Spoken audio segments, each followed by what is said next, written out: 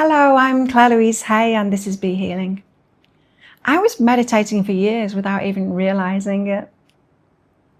When I was 22, I bought a yoga book that had been recommended in my favorite fitness magazine. It was meant to be the home yoga Bible for beginners, so I went all in, got my yoga mat, the works. One chapter was on meditation, and it said to sit still, eyes closed, and clear your mind of thoughts. Well, my mind had other ideas. I was sat there thinking, is this working? Oh, I'm thinking again. Is this what I'm supposed to do? Still not quite. Maybe I'm doing it wrong. I had a constant commentary running about the meditation itself. After a while, I decided I wasn't cut out for it. My mind was not quiet, not even a little bit, and I felt like a failure. Fast forward 8 years. I met some energy healers, and I shared with them that I too was an energy healer. They invited me into a session with them.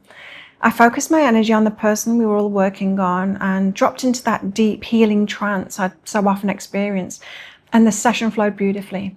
Afterwards, one of them said, "Do you meditate a lot?" I laughed. "No, I tried it once, but I couldn't do it." She looked puzzled. "Well, you just did it instantly. I thought you must be a regular meditator." That was the day I realized I'd been meditating for years without knowing it.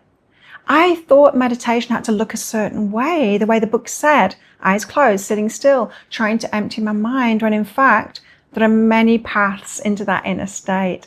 So let's myth bust meditation. Myth 1, there's only one right way to meditate. This simply isn't true. Meditation isn't a posture or a technique. It's a state of mind and body.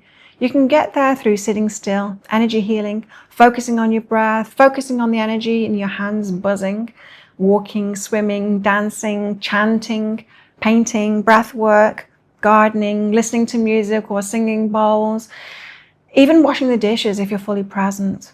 The best style for you might be completely impossible for someone else, and vice versa. We're all so very unique. Myth 2, meditation means emptying your mind. This is the one that trips most people up. Even if you do choose the classic sit and notice your thoughts method, the goal isn't to stay thought-free forever. The goal is the practice of noticing when your mind has wandered and gently bringing it back. That's not failure, that's the skill.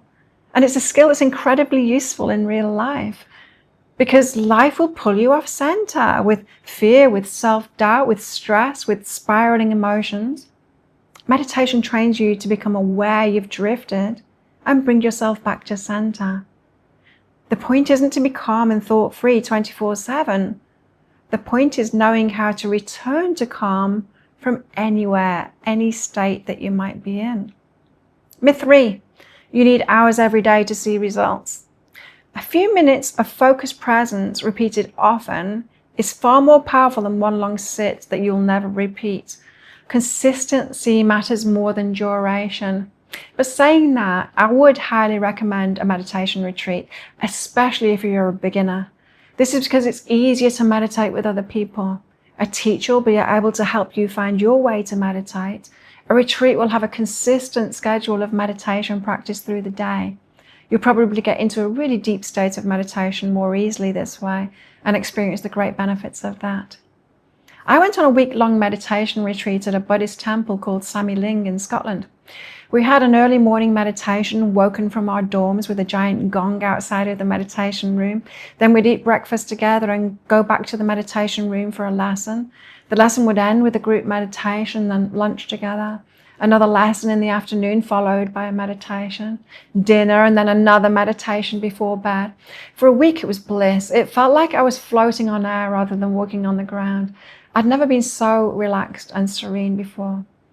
But you don't even need to make it formal practice like this either. Just being present and mindful in your everyday life as often as you can is also meditation. Little and often, bringing yourself back to present awareness. Myth 4, you'll feel blissful every time. Sometimes meditation feels magical, like you're floating on air. Other times it feels like wrestling with your own thoughts. Both are completely normal. Every session, no matter how it feels, is part of the training. But I have to share with you that I've never reached that state again that I did on that meditation retreat. And it's not because I haven't meditated as much since. is because that state was novel. It was the first time I'd experienced it. So it was special because it was so different than my usual vibration.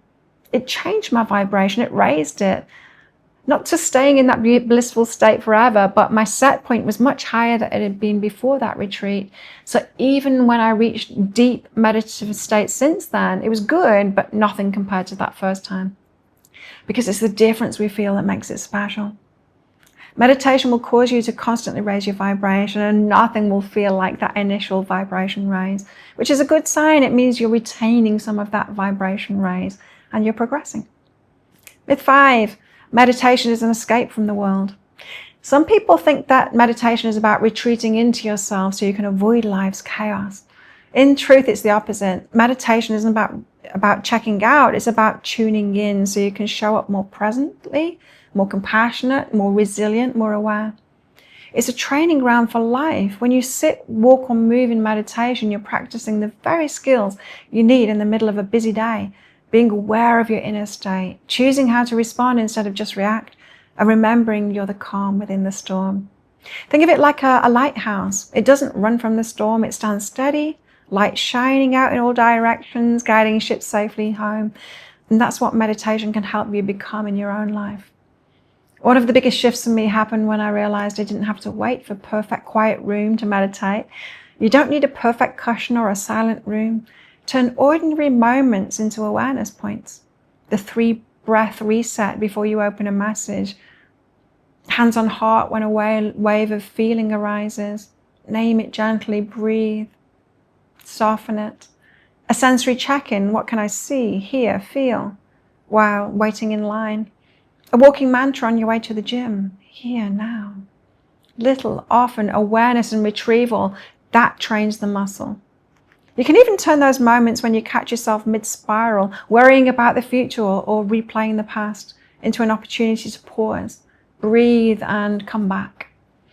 It's not about realizing and beating yourself up. It's about applying self-love and gentleness just to bring yourself gently back to peace.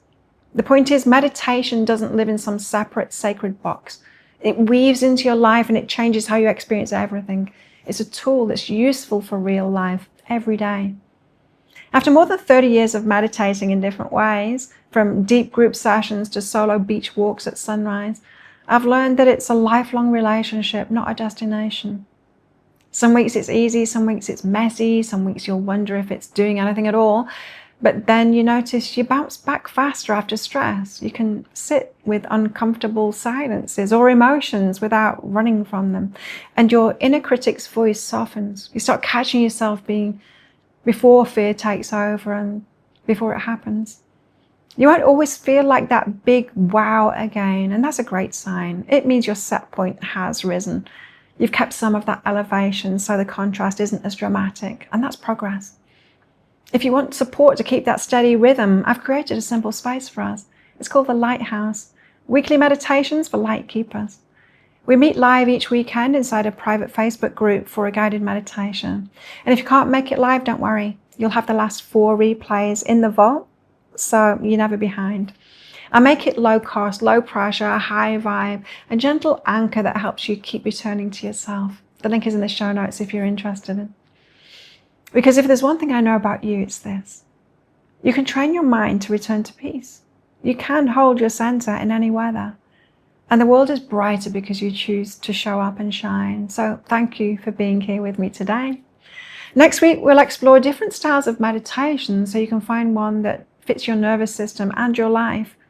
Breath, mantra movement, open awareness, and more. I'll see you then.